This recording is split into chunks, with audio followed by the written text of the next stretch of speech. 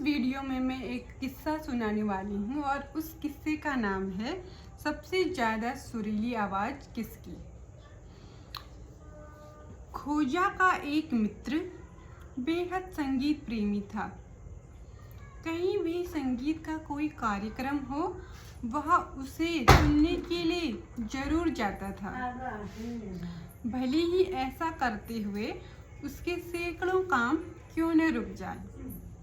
यही नहीं, उसे संगीत सुनने से भी ज़्यादा खुद गाने बजाने का भी शौक था। अक्सर वह घंटों ही नहीं कई दिनों तक संगीत का अभ्यास किया करता था। खोजा अपने इस दोस्त को उसके असली नाम से नहीं बल्कि उसके संगीत के प्रेम के चलते दिए गए नाम से याद रखता था। खोजा ने उसे सुरीला नाम दे रखा था। सुरीला गाता भी सुरीला था या नहीं यह तो ठीक ठाक पता नहीं, लेकिन संगीत का लगातार अभ्यास करने के चलते उसके अड़ोसी पड़ोसी उससे बहुत नाराज थे।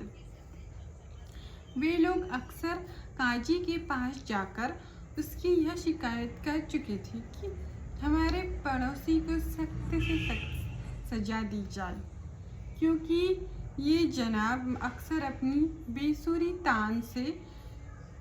तान छेड़े रखते हैं। इनकी थान घंटों तक पूरी नहीं होती। नतीजा यह होता है कि हमें अपनी रातें जाग कर काटनी पड़ती हैं।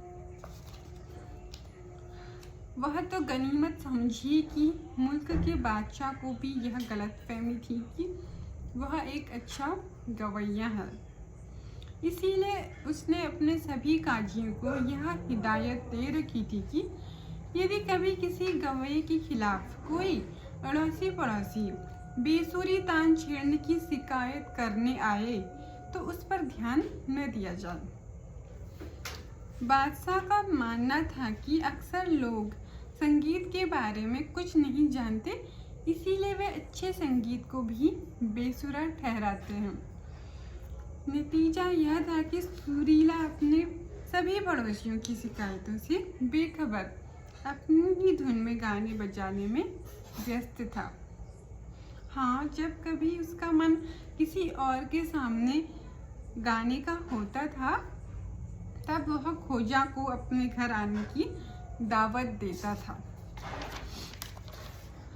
अपनी आदत के अनुसार उस दिन भी सुरीला ने अपने घर पर खोजा को ही आने की दावत दी हुई थी, जैसा कि बताया जा चुका है। खोजा का यह दोस्त संगीत का बहुत बड़ा प्रेमी था, इसीलिए खोजा के उसके यहाँ पहुँचने पर उसने तरह तरह के साज खोजा को सुनाए। दोपहर का समय हो गया। खोजा के पेट में भूख के मारे चूहे कूदने लगे, फिर भी उसके दोस्त ने अपना संगीत जारी रखा। साज बजाने के साथ साथ वह बीच बीच में खोजा से गपशप भी करता जा रहा था। एक साज पर काफी लंबा राग बजाने के बाद उसने खोजा से पूछा, खोजा, यह तो बताओ कि दुनिया में सबसे सुरीली आवाज किस वाद्य यंत्र की होती है? तो दो तारी की या ख्वाब की? खोजा ने तुरंत उत्तर दिया, अरे यार, इस समय तो मुझे करछी और कढ़ाई की आवाज दुनिया में सबसे सुरीली आवाज मालूम हो रही है। तो यहाँ पर ये किस्सा खत्म होता है। तो आप सब बताइए कि खोजा ने ऐसा क्यों कहा कि अभी उसको करछी और कढ़ाई की आवाज़ सबसे ज़्यादा सुरीली मालूम हो रही है।